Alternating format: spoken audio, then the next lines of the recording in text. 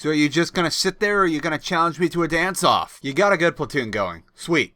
Now that you got a fighting force at your command, maybe you'll be useful during the alerts. Now roll out! Loyalty until death, strength and unity!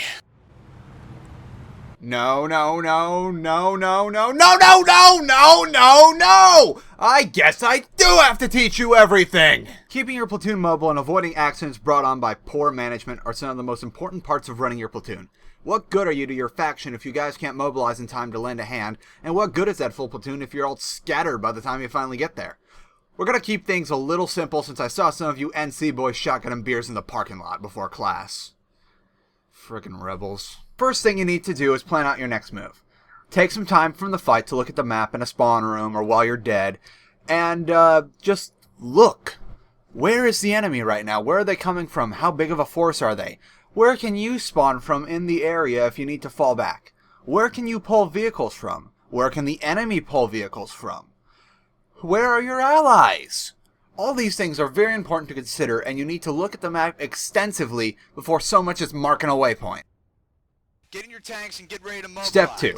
Always make sure that the platoon knows where you're going to go before you give the order to roll out. I find the best way of doing this is to give orders at the 60-second mark of capture. That should give you enough time to explicitly explain to your platoon where you're going to go next and how you're going to go there, so that when the cap comes, you give the order to roll out and everybody moves out how you intended them to. Prep time is everything for mobilization. And for the love of certs, use your waypoints and your smokes. Colored smoke signals cost 50 certs each. That's less than a rail attachment. Would it kill ya to get at least 2? You don't even have to have an excuse. Just get them. They're useful.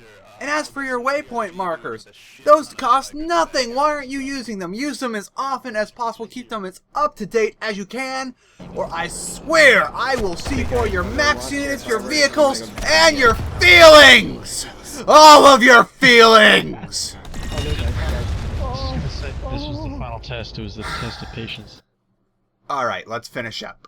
Lastly, you need to know when it's best to redeploy to the warp gate in order to keep everyone together over a long haul. It varies depending on what continent you're on, but if it takes longer than a 5-minute Sundra drive, it'd be better to regroup at a warp gate and fly over. People tend to split up and get scattered over long trips, and if you're going to be effective at all, you need to move as a strong unit, not in small clusters of 2 to 3. We can talk in detail about organized drops later, but I'm sure all of you at least know the absolute basics of dropping in gals. Even if you all suck at it. Alright, we actually got through everything pretty quick, so let's review. Study the map while planning out your next orders. Explain your next move in detail in advance before you tell your squad to move out. Use your smokes and your waypoints.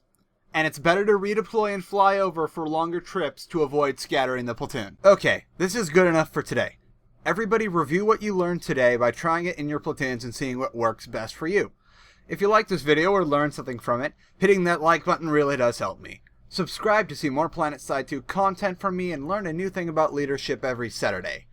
Now, somebody call a cab for those NC guys and pick up all those cans in the parking lot. Class dismissed!